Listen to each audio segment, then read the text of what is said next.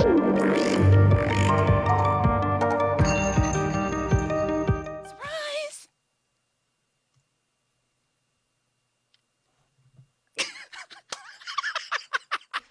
See, the most surprising thing about a surprising surprise is when nothing happens. You get ready for that big moment. The adrenaline, the surge, the rah of the surprise, followed by silence. Well, not just silence, but just the face. You have it. And what is it? Only took us 8 episodes to get Gazimoff to smile. And that was a really creepy smile, if I might say. But hello, everybody. Welcome to Cosmotronic. Welcome to MMOBuff. It is our Friday show all about Carbine Studio's WildStar. It is the thing we're obsessed with. I think it's one of the many things we're obsessed with tonight, but, you know, that's another matter entirely. Do you two have your whiskey? Oh, sad face. Glenfiddich 18, present and correct. Anyway, swiftly crashing forward. Yes, hello everybody. It's been a while since I've had both of you together at the same time on a show. I've missed you both. Did you guys have good holidays? I find that strange but wonderful. We've been missed, Gazimoff. Yeah, it's quite strange. Most refreshing, almost. But yes, missed. Absent, maybe. Well, it has been an... You know what they say about absence? It makes really good absinthe? Possibly. That wasn't the one I was thinking of. So, Gazzy, what have you been up to while I've been strangely vacant? I have been having an interesting holiday, actually. Conducting a biological experiment where I was stitching the carcasses of 3 items of poultry together in order to create a hybrid gargantuan to feast upon. Did you make a turducken? Yes, I did make a turducken with these very hands. Was it good? It was. And how many people did you poison with the turducken? 0 poisonings, 3 intimidations, and 1 slight, what's the term? Misfire? Yeah, we'll go with misfire. So you didn't blind anybody? No. Oh. No. Did you just... But the great thing about a turducken is it's a highly pressurized container that you can then use to fire the inner bird across the room. I am now really curious. Are you telling me that you turned it into a sport? Yeah, he made a turducken gun. A weapon! Are we surprised? Stop the front page. Headline, Chewer makes weapon. Out of this is like the A-Team. You land up in the desert somewhere. You've got a part of a battered old Chevy truck, a screwdriver that comes out of a Christmas cracker, and you spot that the random bit part actor actually happens to own a scrapyard. So you produce the ultimate weapon. And clearly this is Chewer meets A-Team. A turducken gun. I mean, that's just magic. Surely, I would have used the phrase turgunken. I think we've got to ask the channel. So what is the correct and appropriate name for a weapon made out of a bird in a bird in a bird that then proceeded to misfire at the table? There has to be a word for it. Common occurrence. And it needs to be slightly foul. Oh, come on! You guys, you both are known for throwing puns into shows. I go for one, and I, like, crash and burn. It must be said, it was only one poultry pun. The poultryizer is what we get from Stout Pint. That sounds a little like a card. What's the Hearthstone card? Wrong show. I know, but there is one that's a chicken gun thing. Anyway. Ha! Anyway, moving swiftly forward. Yes, so tell us, crazy peoples, because it's been a while since we've had you here. Gazzy has created something mystical and magical. What have you been up to, Mizpah? You and your lostness. We haven't seen you in a while. No, far too long, and I must admit I am very keen to get into the realms of this year, get the shows and the scheduling going, and get back to doing what we all strangely like to do. So we're going to be getting there with that stuff. It should start to get more consistent. We're about another 10 days away from a little consistency. And the consistency comes because... Are you lost MMOBuff, from management speak yet? Just a little? No. MMOBuff is about to acquire an office, a very own brick and mortar premises, which will be housing MMOBuff, the web business stuff, and live work unit that accommodates me. So me, myself, and I is moving to sunny Huddersfield. Is it sunny? Apparently it was sunny once in 1942. Someone took a photo. I was going to say, you have Sadly, to go it was through black and white. you have to go through the tree bark records to find when it was last sunny in Huddersfield. It was, but it was very sunny, I am told. It is not that bad. But then again, No, we are it's in worse. England. And This is this is why, folks, I have missed these two. Who knows why? But yes, MMOBuff is about to acquire an office. We will have a little bit more of a studios and production facilities. You'll start to see me and others appearing from that very location. And this probably isn't the show to talk about it. There's probably one coming up soon, but there's a lot of good and exciting stuff coming up. And I'm looking forward to being, well, good and excited by it. But that's what we've been doing and why I'm currently connected via a temporary piece of string to the interwebs. And Pseudo. blood. And, well, maybe. I'm not going to say that loudly. I'll get shot by a Tuguntin, or whatever they want to call it today. Tuguntin. Yeah, I can't pronounce that word. You can't pronounce Blood. most words, Mizpah. Yeah, but that doesn't normally stop me. So, Pseudo, before we move on to the meat of today's Why roast does it turkey, always have to be food references on this particular, MMO buffet? Honestly, we need to just, rebrand ourselves. But, yeah, sorry. You were asking usually me a because question. we haven't eaten by this time. I was I indeed. have. So what have you I been have up to eaten. over the festive? I haven't. I'm just going to say That nothing. is a proud face. That is a very proud face. What have you been doing this festive season that didn't involve Tudurkins? Well, for me, I have two new friends that I hang out with. Anyone who has been around and watching out on MMO Buff realizes that I have acquired two other hosts that I hang out with, so it's not just you two anymore. And that is the gorgeous Screenager, who requires translation occasionally, and the awesome Viking that is Blank Space, and our campfire show, which we have on Tuesdays now, which is all about guilds and communities. And it was hysterically fun. If you haven't seen it, I suggest you give it a look, guys. Absolutely. It was indeed fun. Funny. I is sat nothing here else. watching it, doing stuff, thinking, why don't I have an internet connection? How can you watch stuff But when there you... we go.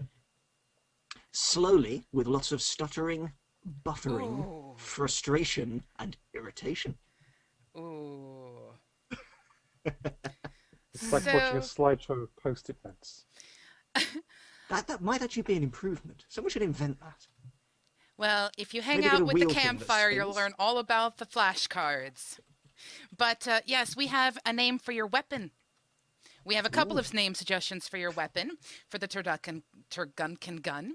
You've got the Poultryizer, which has come from Stout Pint. Loethex suggests Messy, which I think is incredibly appropriate for the name of a weapon.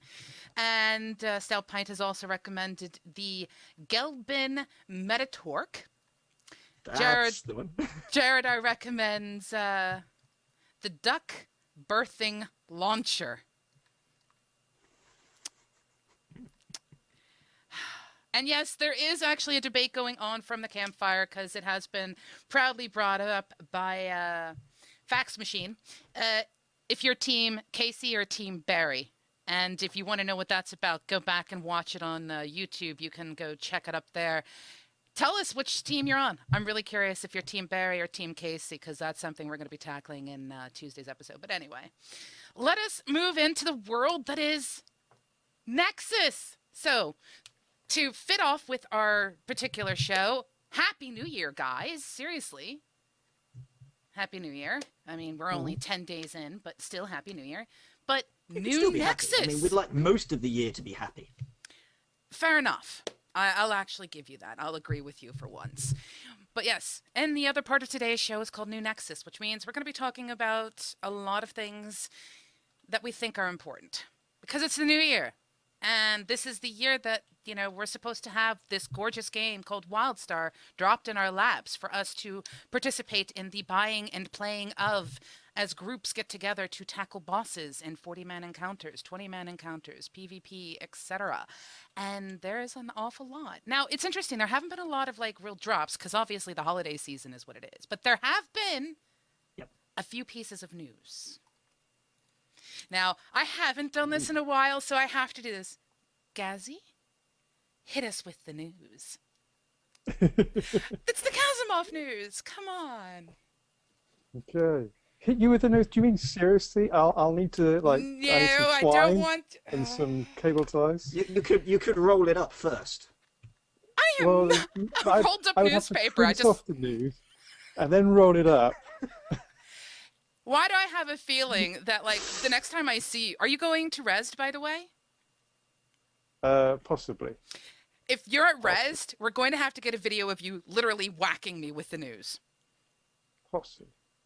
We'll see. Oh, by the way, we do have some interesting news coming up about Res, but that's going to be in a couple of weeks. Anyway, so go ahead. The Gazimoff news. The big news is the Clash of the Titans, the fight of the universe, the battle royale. Stefan Frost versus Chad Moore has been postponed, but it is going to happen. So Stefan Frost, who is the one of the producers or the producer or something. He's an executive producer. What? Well, isn't he like? I thought he was like the guy in charge of all the designers, design lead or something like that. I can't remember.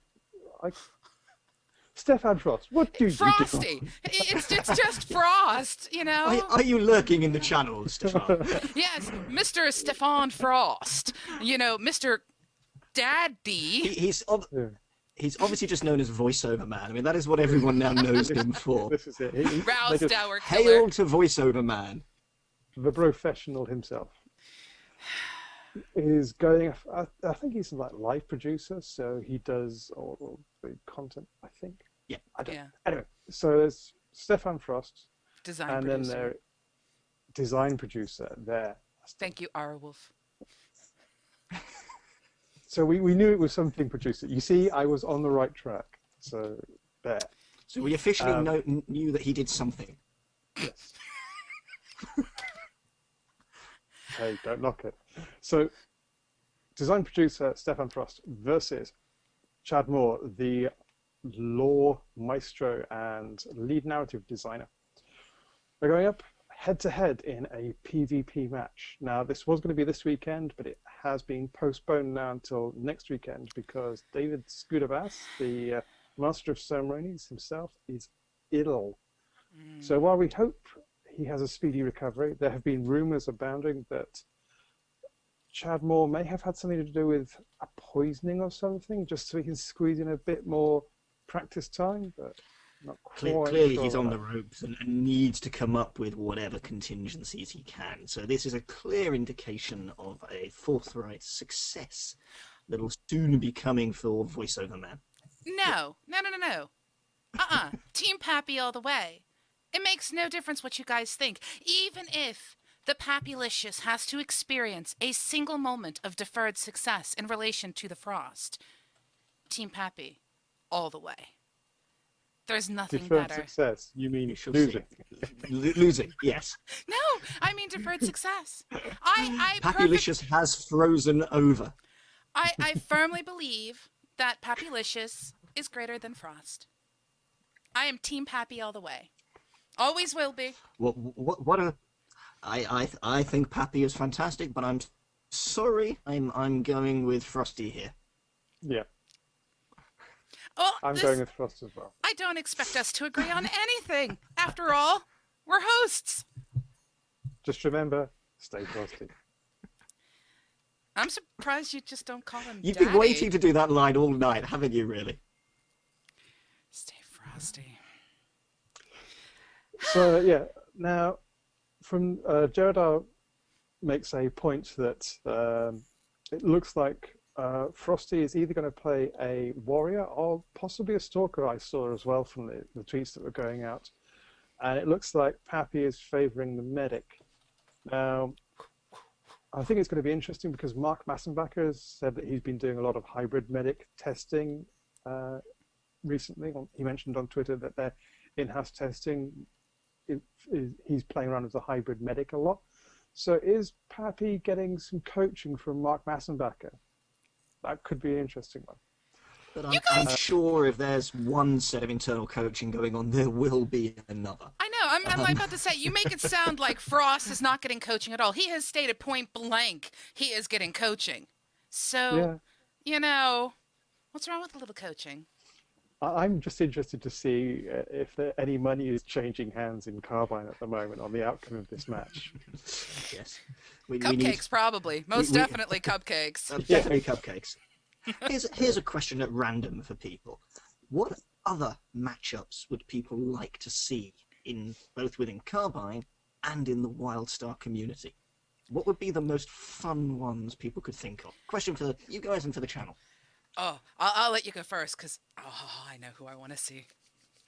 I would like to see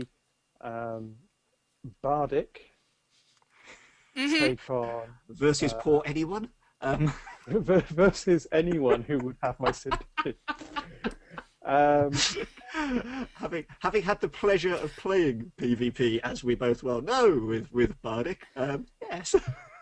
So Bardic versus who? Because I want to see if you want to put her against the same one I want to put her against. I would quite like to see Gaffney playing some PvP, but I don't know if the executive producer would be good at PvP. Now, he could go one of two ways. Put up against Bardic, and Bardic's a really tough one. To be honest, I would expect put them to Blankspace win up against Bardic. It's that tough a challenge. Can anyone within Carbine beat the Bardic? Beat the Bardic. Your weekly feature, beat the Bardic. Beat the Bardic. And I'm not sure. Bardic, I would say that there's a few PvP streamers that have been playing WildStar and been doing really well. One of them is Blankspace, and there've been a couple of others whose names escape me, but there's some really good PvP streaming going on. And I would say that one of those would probably stand a chance against Bardic, but that's the kind of match I'd love to see. But anyone else? I think they might have like go. Maybe it's just me, but I want to throw Bardic against Scooter. I really, because the thing is, you know, Scooter's been around for a while, and he's a part of all these live streams, and you know, he is the gatekeeper of gatekeepers, and I kind of like, I just want to see Bardic go at it and just, I don't know, I don't know whether it's because I just want to see him lose. I don't really want to see him lose, but it's just that it seems to me that Scooter doesn't have to battle anybody because, you know, he sits there as the host. I'd love to see him go up against Bardic. Actually, I'd like to see him go up against Frost. I'm gonna veto that one because I'm afraid Gazimoff has had the Bardic. So you've got Scooter, but who do you want to put up against Scooter? You know, I'm gonna have to this is gonna sound so wrong. I'm gonna have to put him up against the community managers. And if I have to pick one, as much as I'd love to see him kind of go up against Amleth, I actually want to see him go up against Jean. Because the German community manager, for those of you who don't know, he's a really, really funny guy. And I would actually just love to listen to everything he says as he is going up against Scooter. And I'd actually really just like to hear almost like him commentating. You know how you like the Twitch streamers and you like, you know, certain things that they say. Something tells me he would be hysterical. Absolutely hysterical. Actually, Standpoint makes a mention of Zyback, who, yes, he's a really good PvP stew. I'd like to see Blankspace versus Zyback. If that hasn't happened already, I want to see that happen. That would be interesting, and I'm going to have to tell Blank. Maybe we can make that one happen. Maybe we can make it happen.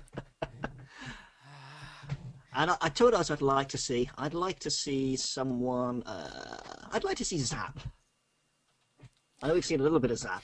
But Oh, Now yeah. that is who you should put up against Bardic. Zap v Bardic. Go. Have we seen Zap play Blank Space or Zyback yet? Yes. 'Cause yeah. I think Who won? no, I don't think we've seen him I play against thought there Blank was. Space. I haven't seen it, but I thought it had happened. No, he went up against He went up against Arrowwolf, yeah. Yeah.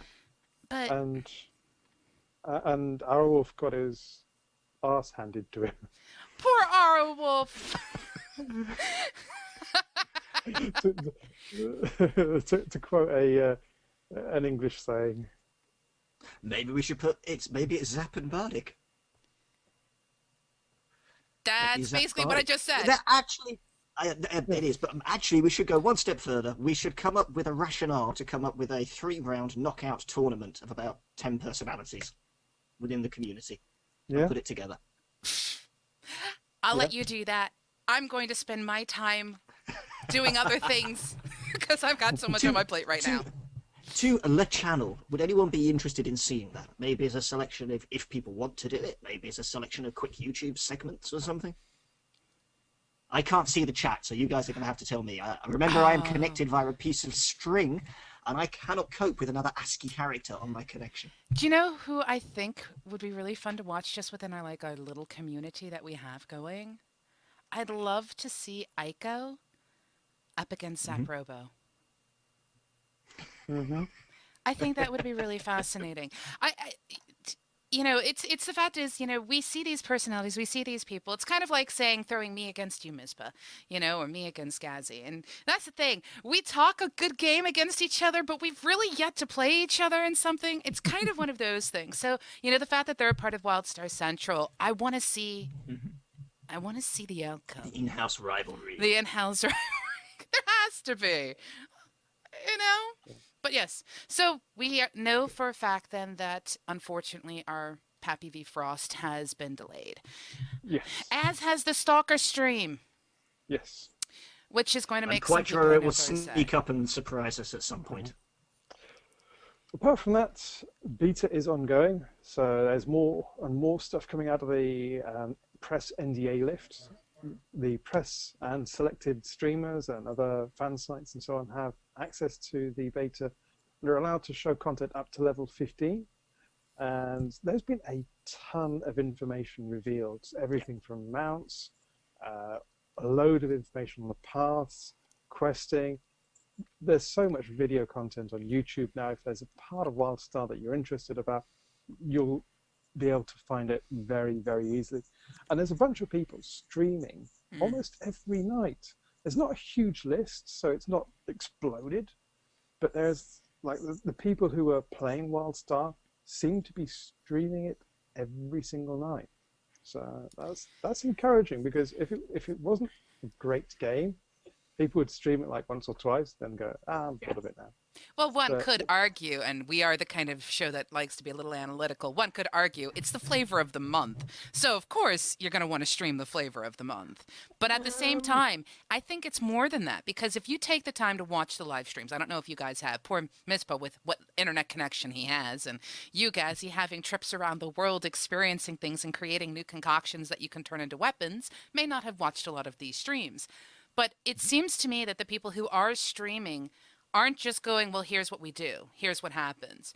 There is a passion, there is an excitement about the game that seems to be kindled in the people who are streaming it. And I think that is more telling than just necessarily how many people are streaming it or what content is being streamed. It's literally the excitement and the passion of the streamers themselves. Yes. Yeah, and I have to say, when you're streaming something, it's actually a really hard ask to stream something that is not enjoyable to play.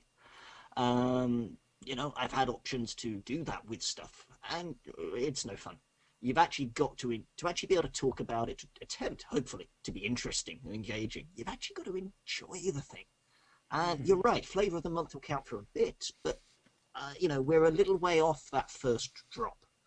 I think it would have slowed down by now if it was just FOTM that was keeping people going. So, yeah, you can look at that and say, hey, that's a good sign.